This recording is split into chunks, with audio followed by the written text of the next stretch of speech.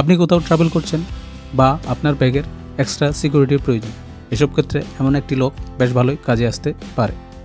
চাবি ক্যারি করার কোনো ঝামেলা নেই, অথবা চাবি হারিয়ে গেলেও কোনো সমস্যা নেই, শুধু লক করুন আর ঝামেলা শেষ। এমনই একটি কম্বিনেশন লক রয়েছে আমার কাছে। টোটাল 4 ডিজিটের পাসওয়ার্ড এখানে সেট করতে হবে। টোটাল 4টি ঘর রয়েছে, প্রতিটি ঘরে 0 থেকে 9 পর্যন্ত ডিজিট রয়েছে। এর মধ্যে থেকে একটি ঘরের ডিজিট সিলেক্ট করতে হবে। টোটাল পাসওয়ার্ডটি হবে 4 ডিজিটের। এবার আসা যাক লকটির ওয়ার্ক প্রসিডিউর, অর্থাৎ এটি কীভাবে কাজ করে তার দিকে। আপনারা যদি দেখতে পাবেন লকটিতে 4টি ঘর রয়েছে, 1, 2, 3, 4। এই 4টি ঘরে একটি কোড বসানো থাকে। এটি 4 ডিজিটের একটি কোড হবে। আমার ক্ষেত্রে এটা প্রি কনফিগার অবস্থায় 4টা 0 ছিল।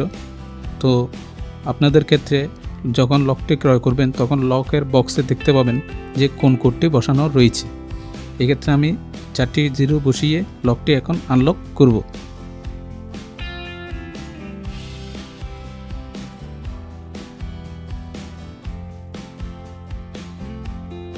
প্রথম ঘরে 0 বসানো হয়েছে, দ্বিতীয় ঘরে 0 বসানো হয়েছে, তৃতীয় ঘরেও 0 বসানো হয়েছে, চতুর্থ ঘরে 0 বসানো হয়েছে। এখন দেখতে পাচ্ছেন লকটি আনলক হয়ে গেছে। এবার যে বিষয়টি খুবই গুরুত্বপূর্ণ তা হলো এটিতে আপনি নিজের মতো করে কোড কিভাবে সেট করবেন। এখন সেই প্রক্রিয়াটি আপনাদের দেখানোর চেষ্টা করব। প্রথমে আপনার কোডটা সেট করে লকটিকে আনলক করে নিন।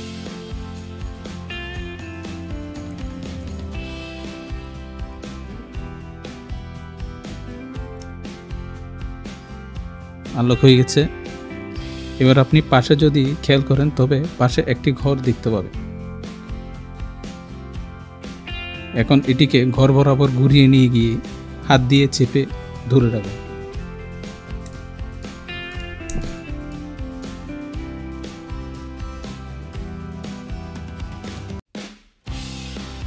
এবার আপনার যে কোডটি সেট করার ইচ্ছে রয়েছে সেটি আপনি পছন্দ মতো এখানে বসিয়ে দিন। আমি একটি কোড বসাচ্ছি 1 2 3 4। এখন আমরা ওই কোডটি সেট করব।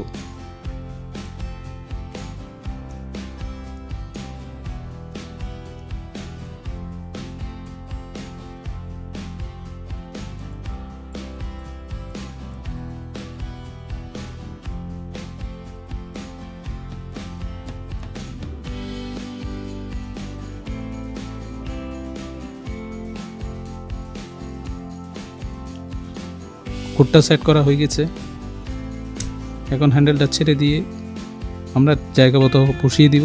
এরপর ও কোডটা চেঞ্জ করে দেব।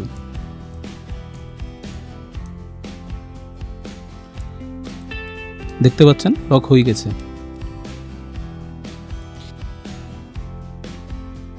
এখন আবার যদি আনলক করতে হয় সেক্ষেত্রে ওই যে কোডটা আমরা নির্ধারণ করেছিলাম সেটা এখানে বসাতে হবে। চলুন সে কোডটা এখানে বসিয়ে দেখি যে এই লকটি আনলক হচ্ছে কিনা। প্রথম ঘরে 1 বসিয়েছিলাম, তাই প্রথম ঘরে 1 বসিয়ে দেখি। দ্বিতীয় ঘরে 2 বসিয়েছিলাম, তাই দ্বিতীয় ঘরে 2 বসাচ্ছি। তৃতীয় ঘরে 3 বসিয়েছিলাম, তাই এখন তৃতীয় ঘরে 3 বসাবো। এবং চতুর্থ ঘরে 4 বসানো হয়েছিল, তাই এখন চতুর্থ ঘরে 4 বসাবো।